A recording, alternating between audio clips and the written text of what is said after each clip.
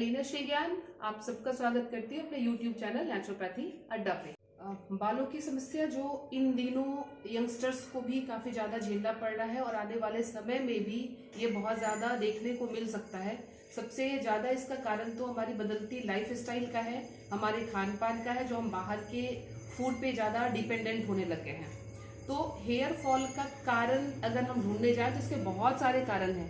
सबसे पहला कारण है आपका विटामिन डी का कम होना। एक्चुअली लोग विटामिन डी को सिर्फ बोन के लिए रिलेट करते हैं, बट ऐसा नहीं है। अगर आपकी विटामिन डी की लैकिंग है तो भी आपके हेयर फॉल हो सकता है। दूसरी चीज है आयरन की कमी।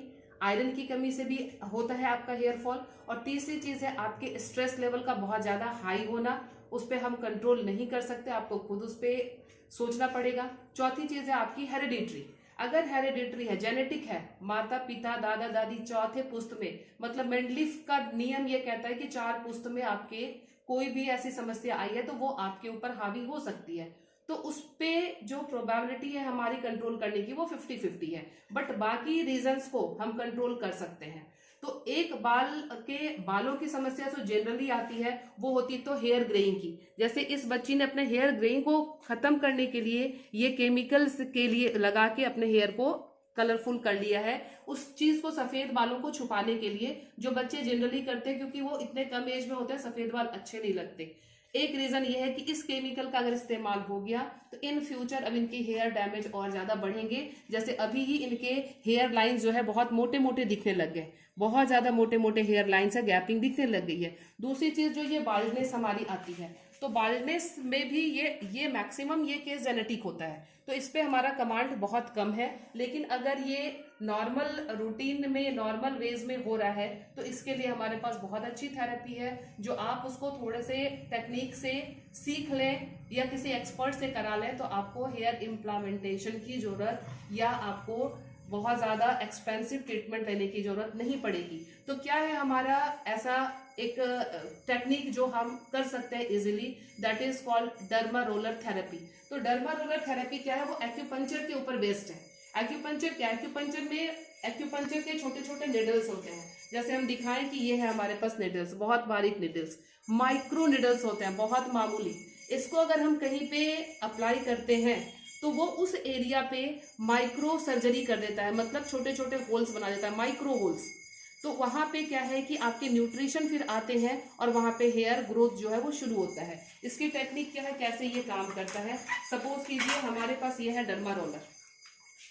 बिफोर स्टार्टिंग द थेरेपी हम इसको सबसे पहले अल्कोहल से या सर्जिकल स्प्रे से हमने क्लीन कर लिया है इसको। अब क्लीन करने के बाद इसमें इस डर्मा रोलर की खासियत क्या है, पहली चीज ये रोलर के शेप में एक हैंडल लगी हुई है, इसके अंदर माइक्रो निडल्स जो हैं ये 540 काउंटिंग में है, 540 निडल्स इसके अंदर होते हैं, ये 540 निडल्स है इसके अंदर।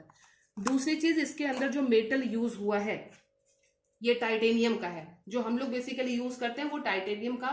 बाकी लोकल जो चीजें हैं वो बाजार में बिकती रहती है, बट टाइटेनियम बेस्ड होना चाहिए ये निडल, 540 निडल्स टाइटेनियम निडल्स। अब इसको अप्लाई जो करेंगे सर के ऊपर करना है। हमारे बाल बिल्कुल साफ सुथरे होने चाहिए, कोई ऑयल नहीं होना चाहिए, बाल गीले नहीं होने चाहिए। डर्मा रोलर को हम क्लीन करके लाएंगे और इस तरह से जहां पे भी हमें बाल उगाना है, रिक्वायरमेंट है, जैसे इनके पूरे स्कैल्प पे बाल नहीं है तो हम इस तरह से इसके ऊपर फेरना शुरू करेंगे। ये बहुत मामूली सा पेन तो हम नहीं कह सकते हैं, बट हल्का सा इसमें एक फील होता है कि हाँ निडल हमारी चुभ रही है।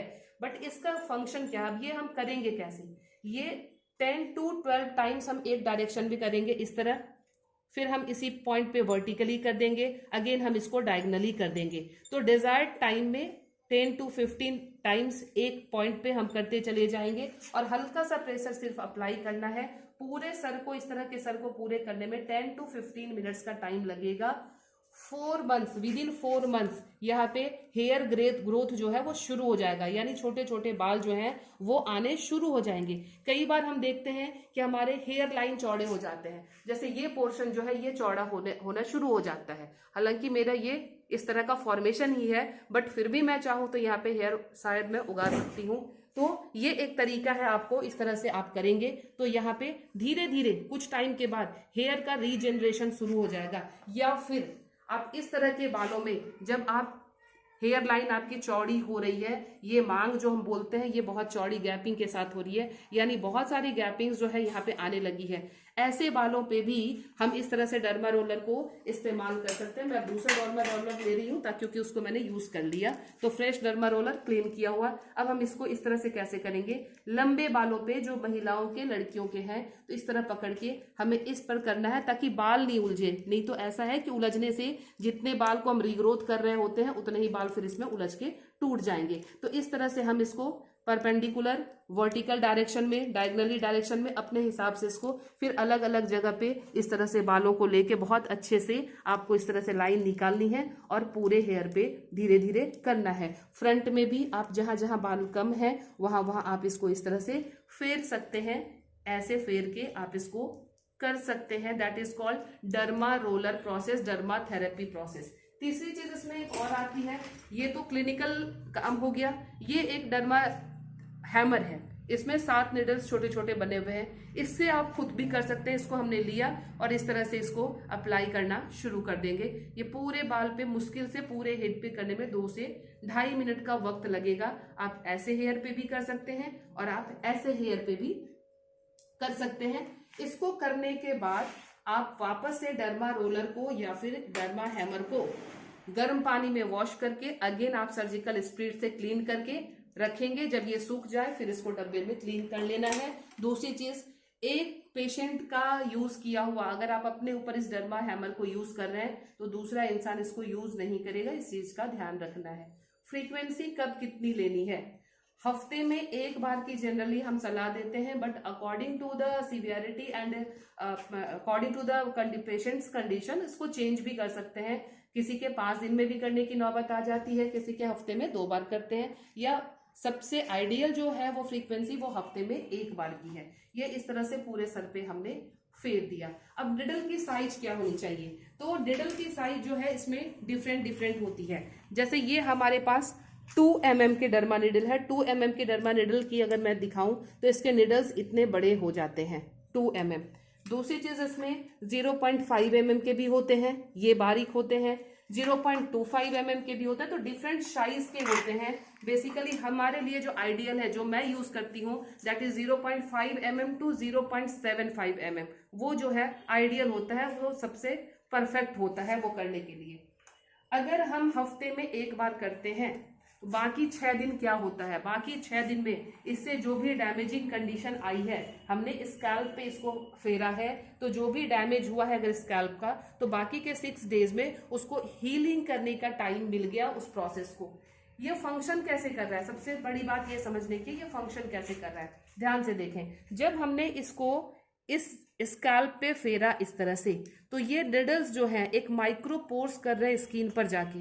माइक्रोपोर्स जब कर रहे हैं तो यहाँ पे हमारे सेल्स को, हेयर सेल्स को ये समझ में आ रहा है कि कोई डैमेज जो है यहाँ इस पार्ट का हो रहा है, तो अपने ब्लड का सर्कुलेशन जो है इस पार्ट को बढ़ा देता है। जैसे आपके घर में कोई आफत आती है तो अड़ोसी पड़ोसी इकट्ठा हो जाते हैं आपके हेल्प के लिए, सेम प्रोसेस यहाँ होता है कि जब हेयर सेल्स को ये लगता है कि कुछ डैमेज हो रहा है तो वहां पे ब्लड का फ्लो जो है वो बढ़ जाता है। तो जब ब्लड का फ्लो बढ़ता है तो उसके साथ, ब्लड के साथ क्या आता है, हमारे ऑक्सीजन आ जाता है मैक्सिमम, और माइक्रो न्यूट्रिएंट्स आ जाते हैं जो हमारे हेयर ग्रोथ को चाहिए, तो उसकी सप्लाई यहाँ बढ़ जाती है। उसकी सप्लाई बढ़ने से आप हेयर फेलिकल्स को प्रोवोक कर रहे हैं वहां के हेयर को रीजनरेट करने का। इसके साथ कुछ चीजें हैं, कुछ मेडिसिन भी है, एक क्रीम है जो जनरली हेयर फॉल को डर्मेटोलॉजिस्ट देते हैं, वो आप यूज कर सकते हैं। ऑयल आप जो भी यूज करते हैं, आपको जो भी सूटेबल होता है वो करें, लेकिन थोड़ा सा इसमें प्रोसेस चेंज करना है।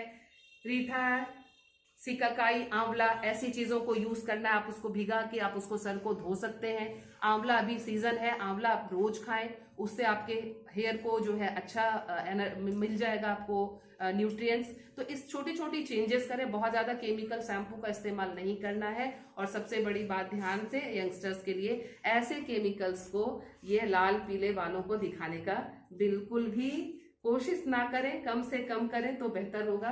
नेचुरली आप उसको कर सकते हैं। नेचुरल हेयर डाई बनाने के लिए भी मैं तरीका बता दूंगी अपने नेक्स्ट वीडियो में। तो इस तरह से आप इसको किया जा सकता है।